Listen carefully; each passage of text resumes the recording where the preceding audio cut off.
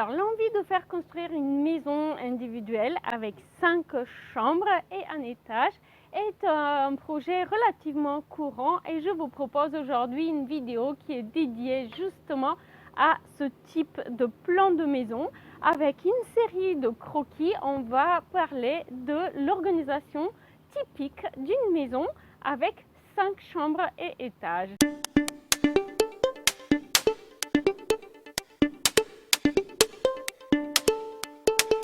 Bonjour, comment allez-vous? Alors, j'aimerais vous proposer aujourd'hui une esquisse très rapide de maison type avec 5 chambres et un étage. Projet qui correspond aux besoins de nombreuses familles puisque notamment il permet d'avoir une chambre pour chaque enfant de la famille, une chambre parentale qui est souvent organisée sous le type de plan de la suite parentale, un bureau qui peut être transformé en chambre d'amis et pourquoi pas une chambre d'amis qui reste, elle, un aménagement de chambre à coucher. Là, vous allez pouvoir voir un type de plan qui est organisé sur environ 160 mètres carrés et qui propose une maison individuelle avec 5 chambres. Au rez-de-chaussée, on a la suite parentale avec les pièces de vie, l'entrée et le petit espace buanderie. Et à l'étage, on a les 4 chambres supplémentaires,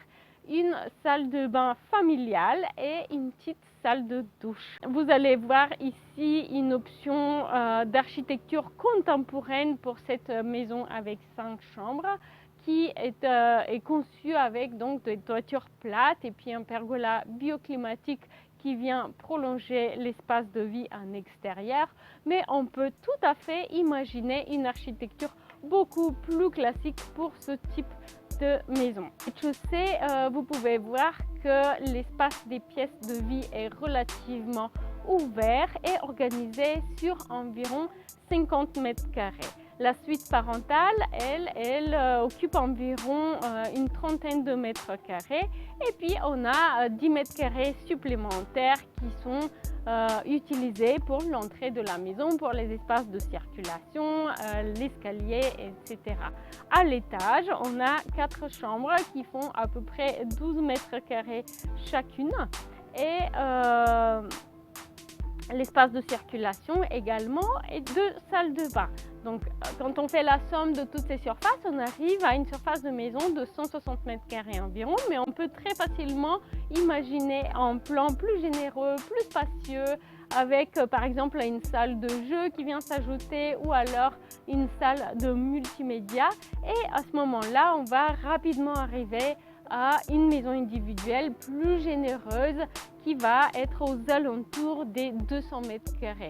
Alors, si l'esquisse que je vous propose ici, c'est une maison relativement compacte sur un plan assez simple, rectangulaire, grosso modo, et ben, dès lors que vous arrivez sur une maison avec un plan qui propose environ 200 mètres carrés sur les 2 niveaux, on va plutôt s'orienter vers une maison en V ou une maison en L et un escalier central placé au centre de la maison qui permet aussi de refermer la terrasse de la maison dans le creux qui est formé par ce L ou ce V. Quoi veut dire de plus sur cette maison?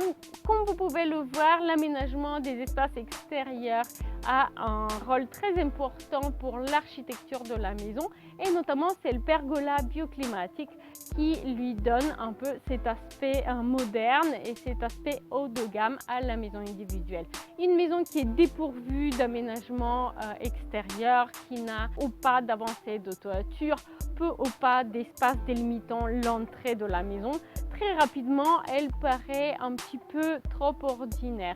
Donc une maison simple comme celle-ci, elle peut avoir tout à fait un plan rectangulaire avec peu ou pas de décrochés, donc relativement simple à construire pour éviter notamment les imperfections d'étanchéité à l'air et les ponts thermiques.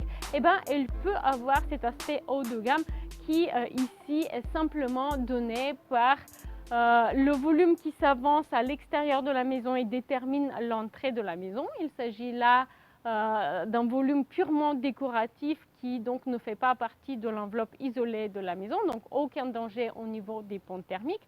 Le pergola bioclimatique qui permet de garder les pièces de vie au frais et qui donne un aspect très esthétique à l'extérieur de la maison, et puis sa terrasse en bois.